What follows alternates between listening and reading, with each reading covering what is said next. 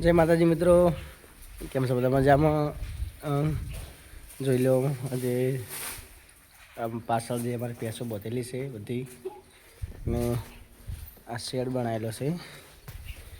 જો 85 ફૂટ જેવો છે પાછળ, એટલેથી મળીને આ બાજુ હતી. તો કહેજો કેવો હશે. ને આ છે મારા 15 દિવસની પાડી.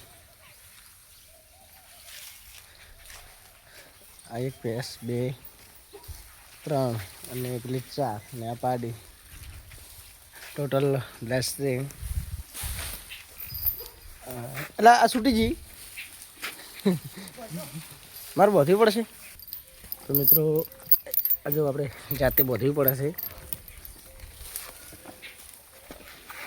જોઈ લો છે.